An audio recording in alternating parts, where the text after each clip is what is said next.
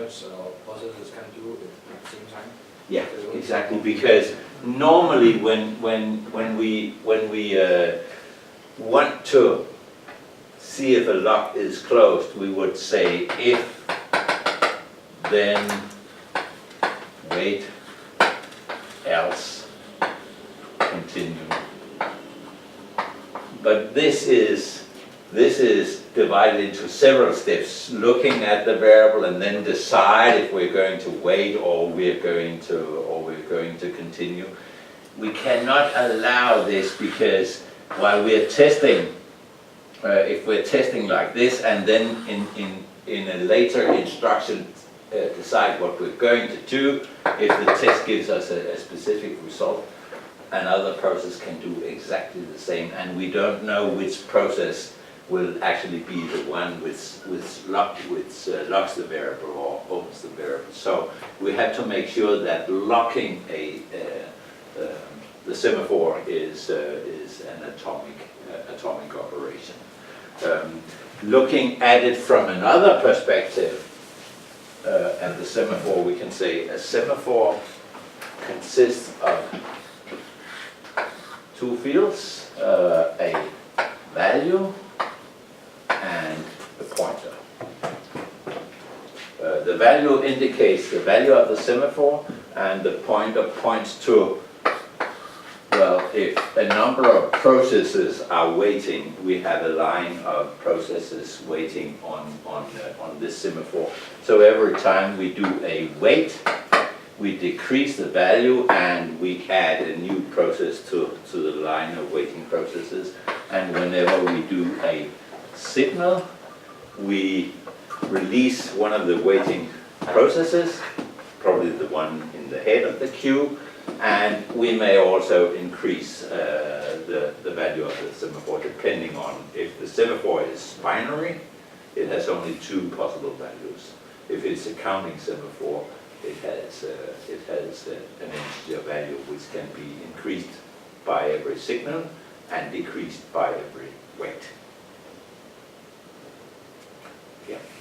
So we have to make sure that this is an atomic operation and this is an atomic operation and this is the object which a signal works on and a wait works on.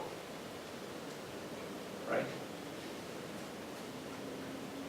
So, an efficient way of doing synchronization between processes or locking resources so that another process cannot access the resource, or whatever we can use it for. Pipes. What is a pipe?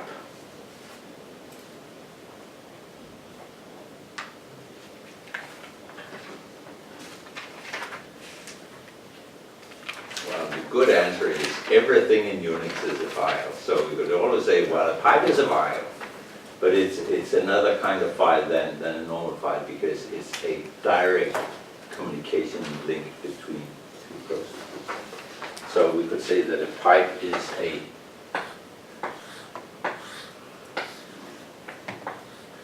unidirectional communication channel between two processes. What is the good thing about a pipe?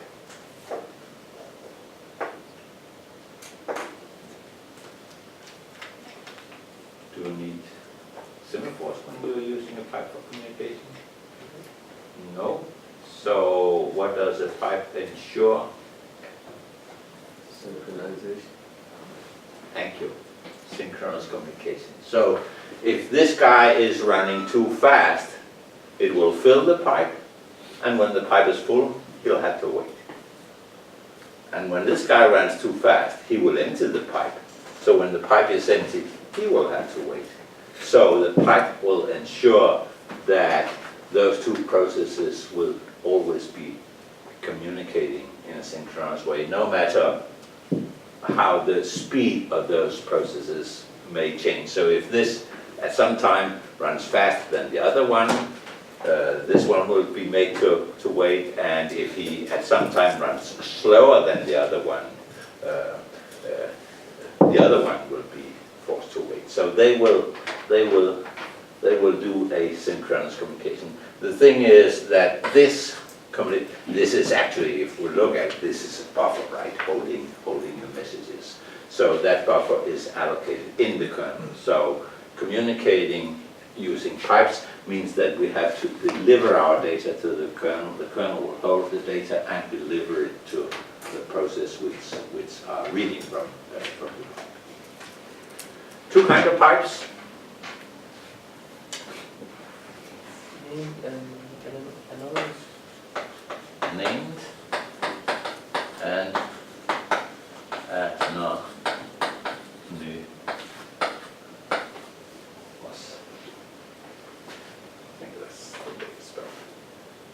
What's the difference?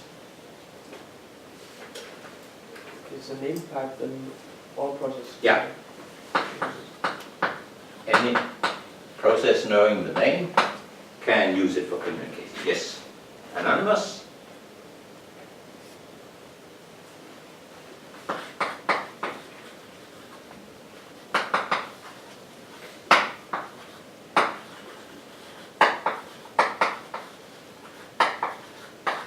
So, communicate between a parent and a child, or between siblings. They have to have the same parent in order to be able to communicate through a pipe, because the pipe has to be created by who? If we're looking at this, who creates the pipe, the child or the parent? The parent. The parent. And the child inherits the pipe. So if a parent has two children, they both inherit the pipe, so they are able to communicate through that pipe. Yes. How do we communicate through pipes, by the way? What does this do? So it simply writes to a pipe descriptor, and then the message we're going to send.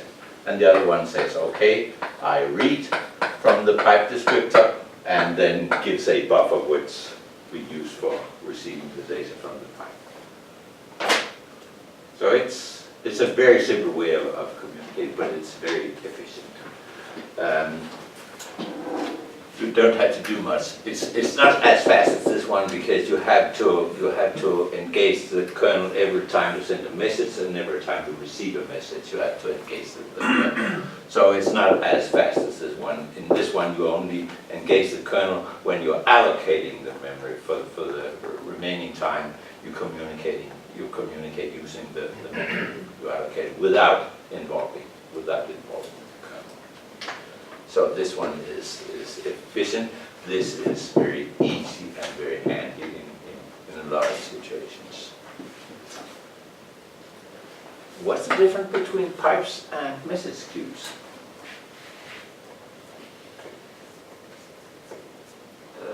Possible number of senders and receivers. Yeah.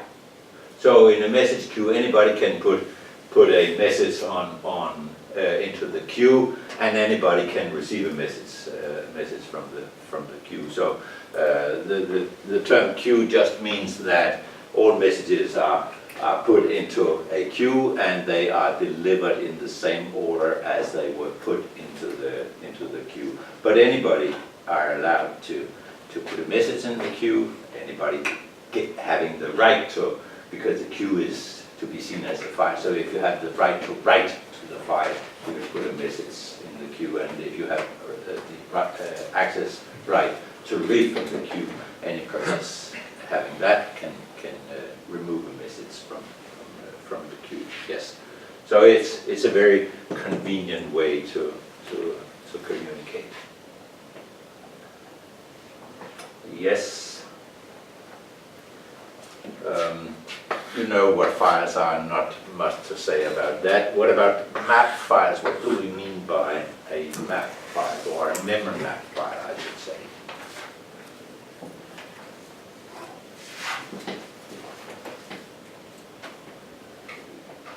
Isn't the way to implement shared No, but you could use shared memory for that. What we do here is actually that we say, okay, I have a file this big. I don't need to work on all parts of the file. I need to work on this part of the file, for instance. then we could say, okay, open this file. Once you have the file descriptor for this file, then map that into a piece of virtual memory. So we allocate a piece of virtual memory which is able to hold this part of the file. So instead of reading and writing from this file, we're working on an array now in virtual memory. So that's much faster working on the file using an array access rather than using read and write into the physical file. So we save a lot of input-output operations because we work on the file, and only when we say, okay, we are done working with that file, we update that part of the file and close it. So the physical file access is only while you put the file into the virtual memory, access it through virtual memory, and when you close the file. Will you never use that mountain as a memory on the hard drive and have the file laying there and then just use that file for? Well, in the sense that you can only have virtual memory by representing it by a file on the disk. You actually have to access the disk also to access this file. But the good thing about it is that you do not have read and write statements.